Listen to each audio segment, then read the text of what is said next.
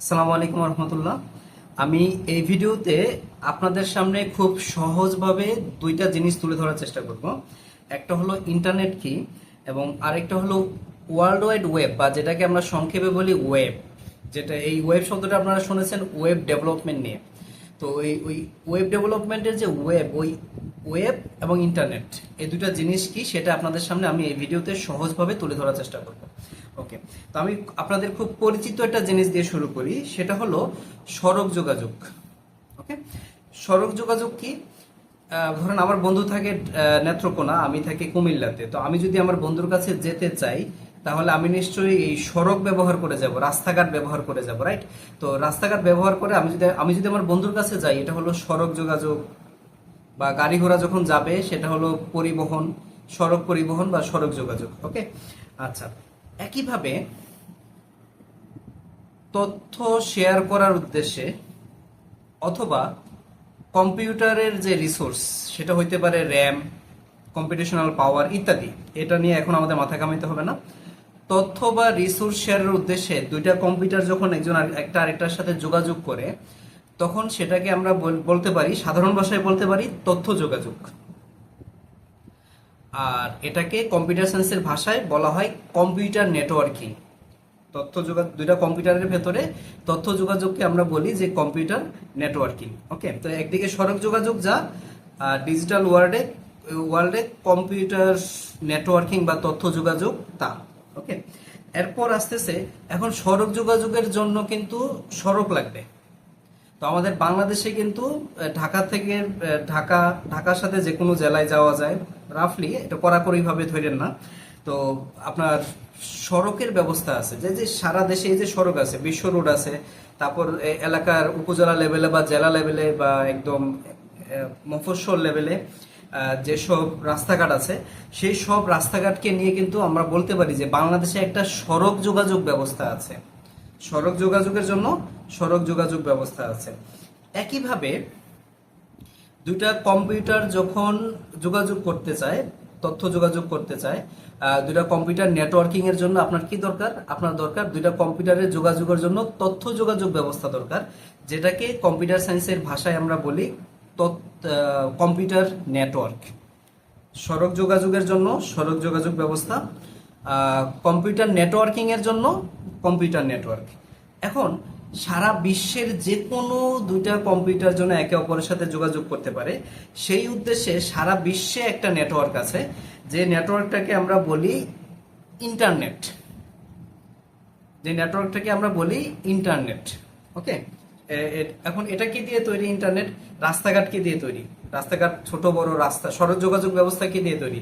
ছোট বড় রাস্তা, এবং আরো কি আছে আপনার, যে টোল প্লাজা, যেখানে তারা গাড়ি থামায়, টোল নেয় ইত্যাদি, ঠিক আছে? তো বিভিন্ন কিছু আছে।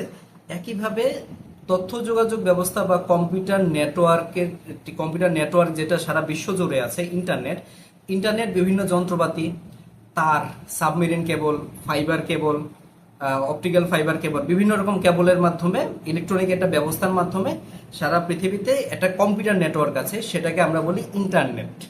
আপনারা তো ফোনে বলেন বা কম্পিউটারে বলেন, আপনারা ইন্টারনেট ইউজ করেছেন, এটা আপনারা একভাবে জানেন যে ইন্টারনেট কি। ওকে, এখন আমাদের এই যে সড়ক যোগাযোগ ব্যবস্থা আছে, এই সড়ক যোগাযোগ ব্যবস্থার উপর নির্ভর করে কিন্তু এই সড়কের উপর দিয়ে অনেক সার্ভিস আছে। বাস সার্ভিস আছে। তো বাস সার্ভিস একজন দেয় না, বাস সার্ভিস অনেকে দেয়, শ্যামলী, এনা, সৌদিয়া, বিভিন্ন বিভিন্ন বাস সার্ভিস আছে। যাই হোক, আলাদা করে দেখলাম না। আমাদের এই সড়ক যোগাযোগ ব্যবস্থার উপর নির্ভর করে কিন্তু বাস সার্ভিস আছে। তার মানে সড়ক যোগাযোগের একটা সিস্টেম হলো বাস সার্ভিস। একইভাবে পণ্য পণ্য এক জায়গা থেকে আরেক জায়গায় নেওয়ার জন্য এই সড়ক ব্যবহার করে আছে ডেলিভারি সার্ভিস। আমাদের সুন্দরবন কুরিয়ার, পাঠাও কুরিয়ার, আরো অনেক কিছু আছে। তা সংক্ষেপে এই যে সড়ক যোগাযোগ ব্যবস্থা আছে, এই সড়ক যোগাযোগ ব্যবস্থার উপর নির্ভর করে বিভিন্ন সার্ভিস আছে সড়ক যোগাযোগের জন্য। একইভাবে এই যে আমাদের ইন্টারনেট আছে, ইন্টারনেট একটা অবকাঠামো, সড়ক যোগাযোগ ব্যবস্থা যেমন একটা অবকাঠামো, ইন্টারনেটও কিন্তু একটা অবকাঠামো। এই ইন্টারনেট অবকাঠামোর উপর নির্ভর করে দুইটা কম্পিউটারের ভেতরে তথ্য আদান প্রদানের অনেকগুলো সার্ভিস তো আছেই, বা অনেকগুলো উপায় তো আছে। এর ভেতর একটা উপায় হলো ওয়েব, যেটাকে আমরা সংক্ষেপে বলি ওয়ার্ল্ড ওয়াইড ওয়েব। ওকে, তাহলে ওয়েব কি? ওয়েব হলো ইন্টারনেট অবকাঠামোর উপর নির্ভর করে গড়ে ওঠা তথ্য আদান প্রদানের একটা সিস্টেম বা উপায়। আমি কম্পিউটার সায়েন্সের কঠিন ভাষায় গেলাম না। ওকে, এখন এই ওয়েব কিন্তু আমরা সবসময় ব্যবহার করি, এবং ওয়েবের একটা স্পেশালিটি হইতেছে, ওয়েব আপনি ইন্টারনেট থাকলেই আপনি ওয়েব ইউজ করতে পারবেন না। আপনার ওয়েব ইউজ করার জন্য বা ওয়ার্ল্ড ওয়াইড ওয়েবে কানেক্ট হয়ে তথ্য শেয়ারের জন্য বা আদান প্রদানের জন্য আপনার স্পেশাল সফটওয়্যার বা অ্যাপ্লিকেশন সফটওয়্যার বা অ্যাপ লাগে। তো এই স্পেশাল অ্যাপ্লিকেশন সফটওয়্যারগুলোকে আমরা একসাথে বলি ওয়েব ব্রাউজার। তো আমাদের পরিচিত কিন্তু অনেক ওয়েব ব্রাউজার আছে, Google Chrome, Firefox, safari, Opera browser, এরকম আরো অনেকগুলো ব্রাউজার আছে। আবার মাইক্রোসফটের আছে মাইক্রোসফট ইন্টারনেট এক্সপ্লোরার, যেটা সম্ভবত এখন আর ডেভেলপমেন্ট হচ্ছে না। আর আছে মাইক্রোসফট এজ, এটাও ভালো ব্রাউজার। ওকে, তার মানে আমি প্রথম বুঝালাম কি ইন্টারনেটের অবকাঠামো, ইন্টারনেটের উপর নির্ভর করে একটা তথ্য আদান প্রদানের একটা সিস্টেম আছে, সেটা হলো ওয়েব। এবং এই ওয়েব ব্যবহার করতে আমাদের মোবাইলে বা কম্পিউটারে স্পেশাল সফটওয়্যার বা অ্যাপ্লিকেশন সফটওয়্যার লাগে, সেটা হলো ওয়েব ব্রাউজার। তো আমাদের অনেকগুলো ওয়েব ব্রাউজার আছে। ওকে, এখন আমরা কিভাবে এরপরে আমি যেটা দেখাবো আপনাদেরকে, আমি আপনাদের কম্পিউটার নিয়ে যাব, যে ওয়েব ব্রাউজার দিয়ে আমরা কিভাবে ওয়েব ইউজ করি। ওকে, তো আমি এখন কম্পিউটারে চলে এসেছি।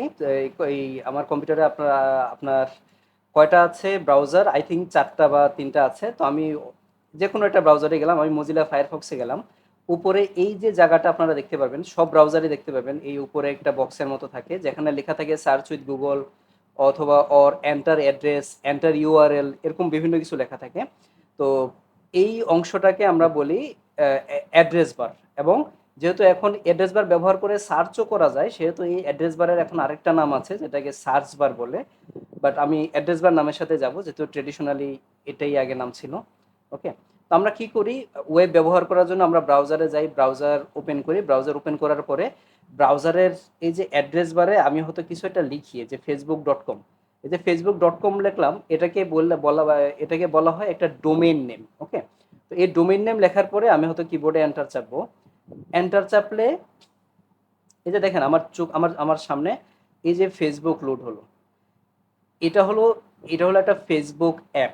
ওকে, এবং এই ফেসবুকটা যেহেতু আমি ওয়েবে ব্যবহার করতেছি, এটা হলো একটা ফেসবুক, এই ফেসবুকটা হলো ফেসবুকের ওয়েব অ্যাপ। ওকে, এটা ফেসবুকের ওয়েব অ্যাপ্লিকেশন বা ওয়েব অ্যাপ্লিকেশন সফটওয়্যার। ওকে, তো এই facebook.com ডোমেন দিয়ে আমি ফেসবুকের ওয়েব অ্যাপটা আমার ব্রাউজারে লোড করলাম এবং আমি সেটা ইউজ করতে পারি। একইভাবে আমি চাইলে হয়তো আরেকটা লিখতে পারি, যে উইকিপিডিয়া.org, রাইট? এটা আরেকটা ডোমেইন নেম। তো এই ডোমেইন নেমে যদি আমি এই ডোমেইন নেমটা অ্যাড্রেস বারে দেওয়ার পরে আমি যখন এন্টার দেবো, তখন আরেকটা ওয়েব অ্যাপ কিন্তু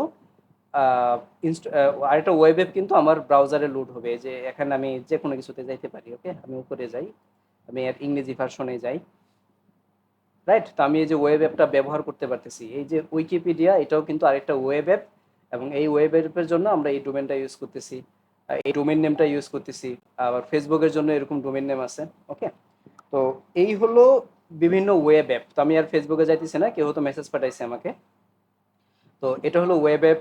facebook.com দিয়ে আমরা ফেসবুকের ওয়েব অ্যাপটা ইউজ করতে পারি। উইকিপিডিয়ার এই ডোমেন নেম দিয়ে আমরা উইকিপিডিয়ার এই ইয়াটা ইউজ করতে পারি। ওকে, তো এই হলো আপনার, তো এই যে ওয়েব অ্যাপগুলা, এই যে ফেসবুকের ওয়েব অ্যাপ, এটা তো প্রথমে কেউ না কেউ তৈরি করছিল।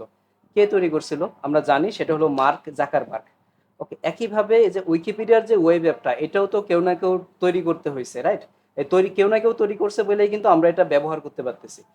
এই যে ওয়েব অ্যাপ, ফেসবুক বা উইকিপিডিয়া, এই ওয়েব অ্যাপ তৈরি করাটাই হলো ওয়েব ডেভেলপমেন্ট। তো দেখা হবে পরের ভিডিওতে। আল্লাহ হাফিজ।